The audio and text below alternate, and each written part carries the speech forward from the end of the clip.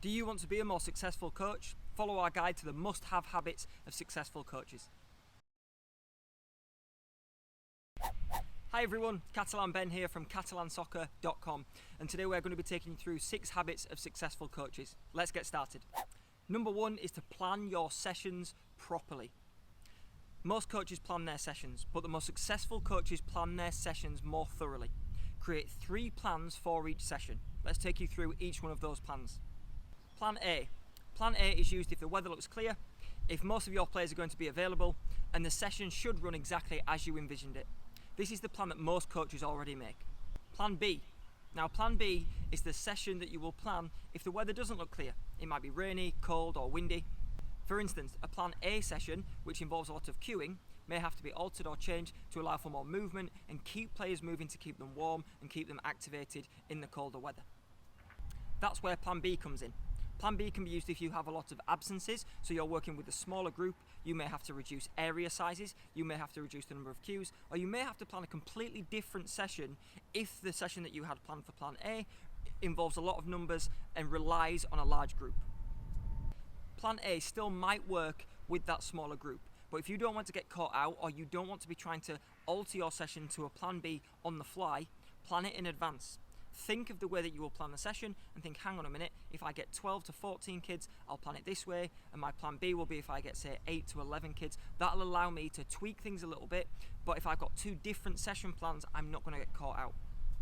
Plan C. Now this is the session that most coaches don't plan.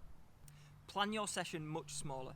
Adjust your activity and make sure that if the numbers do catch you out, you still have a session that will work, even with a very small number like 3 or 4 kids.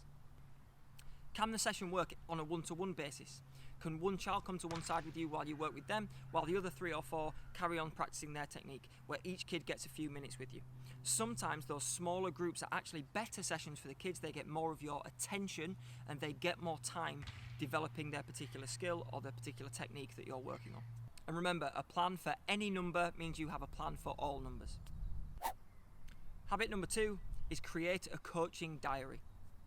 Get yourself a diary, ideally separate to your personal one, and plan in that diary when you're going to put time to one side for developing your practices, for developing yourself and learning, and for making sure that in that diary you are always scheduling ahead what your session will be and what your content will look like.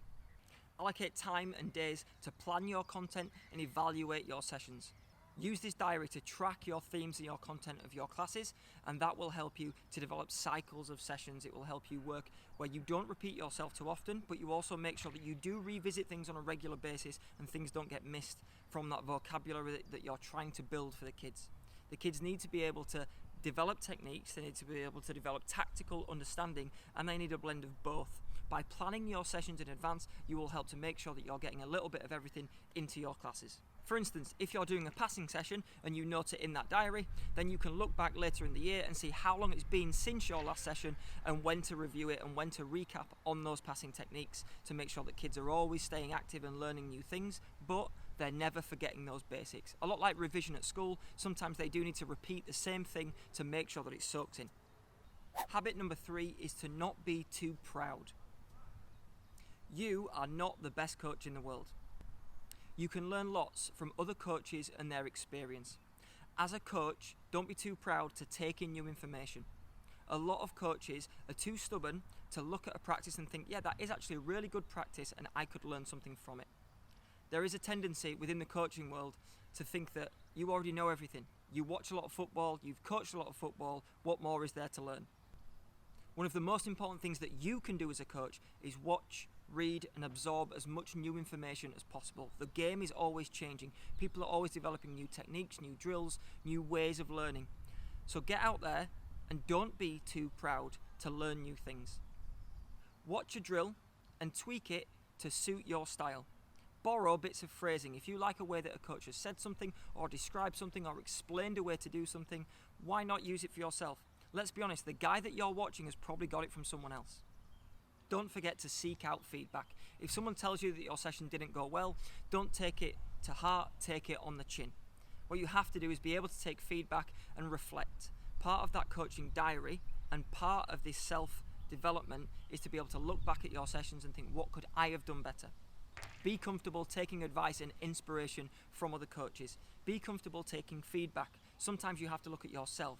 Don't blame kids, don't blame the players that you're trying to coach if a session doesn't go well. Think, what could I have done better? What could I have improved on? What could I do next time that would make the session run smoother? That self-reflection is very important. Habit number 4 is seek out self-development opportunities. All coaches will look online for drills and techniques that they haven't coached before. But developing yourself means developing more than just your coaching knowledge.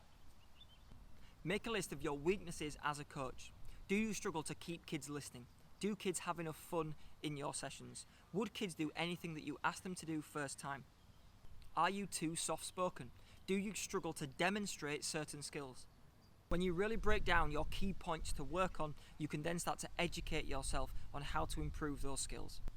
You can research things like how to project your voice, guides on public speaking, the art of persuading people.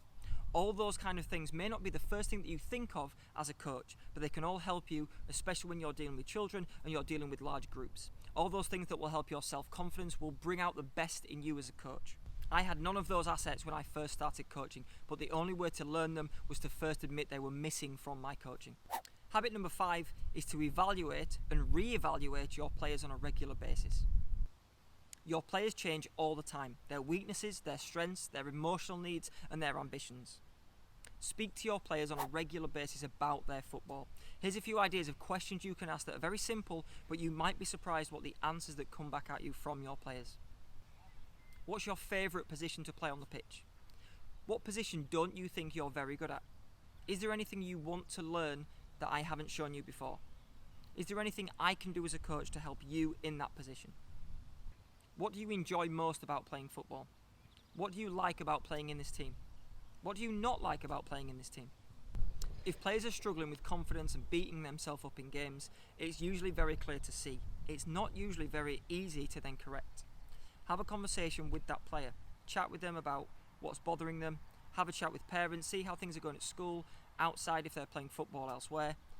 A lot of the time, these kind of issues in self-confidence and in self-doubt, it comes from a root cause. And usually that root cause is not always on the football pitch. So have a conversation with the kid, have a conversation with the family, and do your best to find out the root cause. That will then help tackle it on the pitch, but most importantly, off the pitch. A lot of time, young players won't always tell you or even know how to tell you the way that they're feeling. If they're struggling to express their emotions and it's coming out in frustration and in anger, have a chat with the parents. Sometimes a parent will be able to tell you all about a problem that the kid just couldn't explain themselves. By knowing those problems, whether they're on the field or off the field problems, you will be able to deal with them better, and you will have a better understanding of how to combat them and how to hopefully make an improvement on the pitch. Habit number 6 is practice your craft. I cannot stress this enough. The power of demonstration is one of your most powerful tools when working with kids. Nothing captures a child's attention more than something that makes them say, wow. It could be a skill, a trick, a type of shot, or anything to that effect. But by being able to do something that kids cannot do themselves, it gives you an immediate respect from all kids. For example, I couldn't do a rainbow flick when I was younger. I've practiced it over and over and over again, and it might seem like a waste of time to practice a rainbow flick as a football coach. I don't even really teach it to kids, but what I do is sometimes show off a skill like that, and kids think, hang on a minute, if he can do that, what else can he do? If he can do that, maybe he can teach me how to do it. I instantly get the buy-in from the kids and their respect by being able to make them say, wow. By spending some time practicing with the ball, you will get kids to listen to you a lot more, respect you a lot more, and most importantly, want to be able to do what you can do. Kids are far more likely to listen to a coach who is able to demonstrate great things rather than just talk about them. So get a ball at your feet, practice something, and make sure that next time a kid's in a session, they want to be able to do exactly what you can do. So remember, plan your sessions properly, create a coaching diary, don't be too proud, seek out self-development, evaluate and re-evaluate your players, and practice your craft. Catalan Soccer have gone from coaching 30 kids a week to 800 kids a week. Now that doesn't happen overnight, and it also doesn't happen by accident.